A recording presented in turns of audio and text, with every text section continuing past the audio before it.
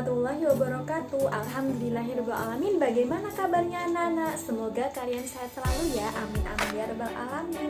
Nah, pada kali ini kita akan mempelajari materi kita, yaitu tentang kodok dan kodar. Nah, kalian bisa sambil mendengarkan penjelasan Ustazah, silahkan dibuka bukunya terlebih dahulu. Nah, sebelum kita memulainya, marilah kita membaca basmalah terlebih dahulu agar pembelajaran kita menjadi berkah ya. Amin. Bismillahirrahmanirrahim. Nah, pada pertemuan kali ini kodok dan kodar ini kita akan bahas lebih tuntas.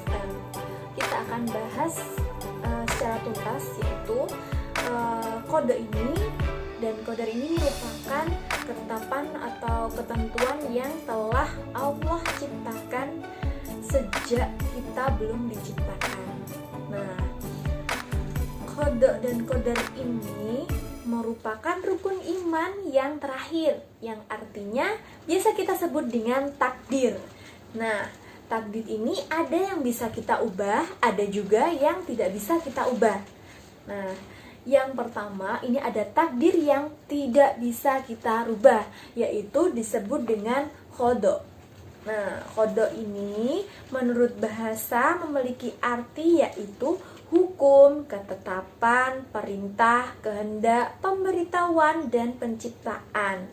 Adapun menurut istilah, yaitu kodok adalah ketentuan Allah atau ketetapan Allah sejak zaman azali yang tidak bisa dirubah oleh manusia atau makhluk yang lainnya.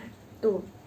Nah, hal tersebut dijelaskan dalam surat An-Nisa ayat 65, surat Fussilat ayat 12, surat Hadid ayat 22. Itu semua menjelaskan tentang ketetapan Allah yang tidak bisa dirubah.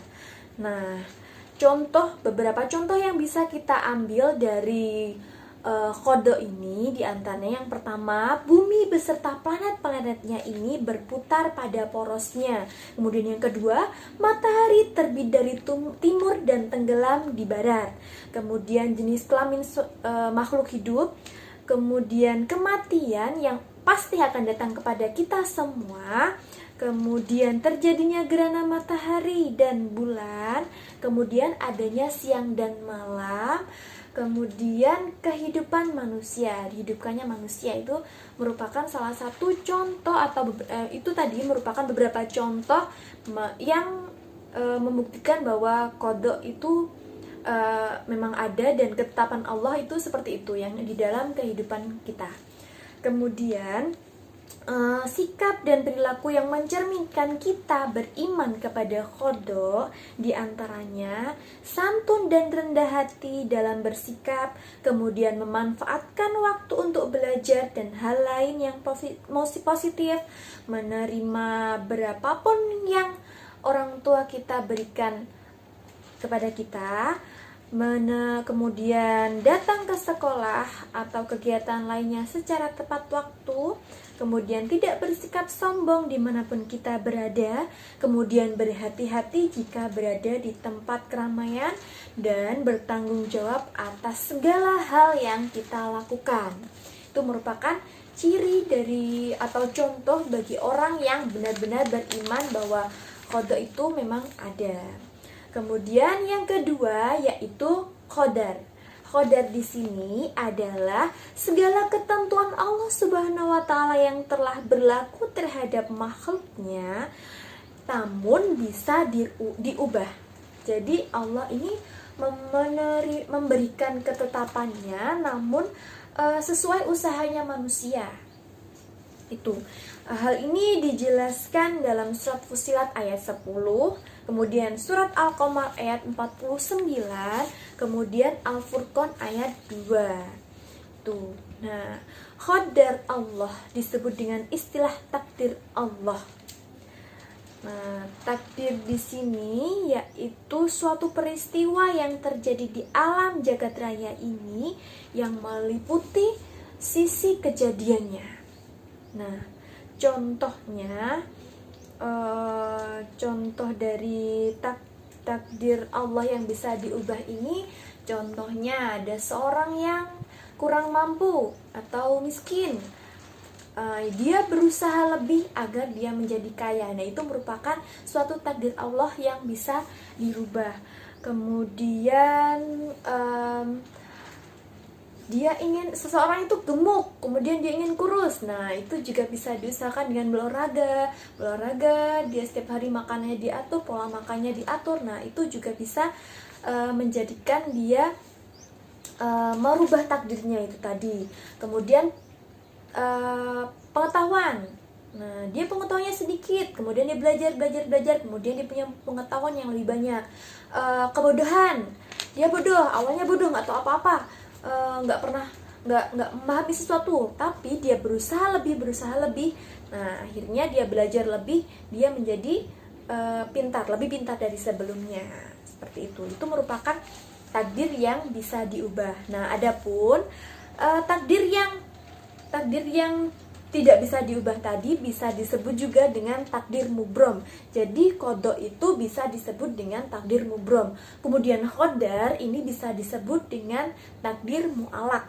Nah, takdir mubrom ini qada tadi tidak bisa dirubah, kemudian takdir mu'alaq itu bisa dirubah. Nah, itu tadi ya bedanya ya. Nah, kemudian hari kiamat itu adalah merupakan suatu takdir. Mana ya kira-kira kalau hari kiamat itu bisa dirubah atau tidak ya? Tidak bisa dirubah.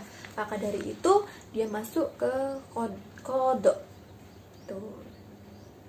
Nah, beberapa perilaku yang mencerminkan bahwa seseorang itu memiliki sifat qada, di antaranya qadar. Nah, yang pertama, menyadari bahwa semua cita-cita yang diinginkan itu harus diusahakan. Ada yang ingin menjadi guru, harus diusahakan bagaimana ya caranya nanti bisa jadi guru. Kemudian ada yang ingin jadi dokter, bagaimana ya caranya dia harus mempelajari apa agar kelak yang ia cita-citakan akan tercapai, seperti itu. Kemudian memiliki rasa percaya diri dalam menghadapi tugas, kemudian disiplin belajar, karena orang yang ingin mendapatkan atau mengubah takdirnya yang bisa diubah tadi, dia pasti berusaha lebih dari sebelumnya, seperti itu. Nah, hikmah bagi orang-orang yang beriman kepada qada dan qadar ini adalah diantaranya mendekatkan diri kepada Allah, melatih diri untuk lebih bersyukur kepada Allah atas takdirnya, kemudian membiasakan diri untuk bersabar dan bertawakal. Nah, setelah kita berusaha itu biasa kita sebut dengan ikhtiar. Nah, ikhtiarnya kita sudah lebih nih. Nah, akhirnya kita bertawakal itu adalah berserah diri kepada Allah. Itu tadi penjelasan Ustazah tentang qada dan qadar. Ada kurang lebihnya mohon maaf. Marilah kita tutup pembelajaran kita dengan bacaan hamdalah. Alhamdulillahirabbil alamin. Semoga bermanfaat. Assalamualaikum warahmatullahi wabarakatuh.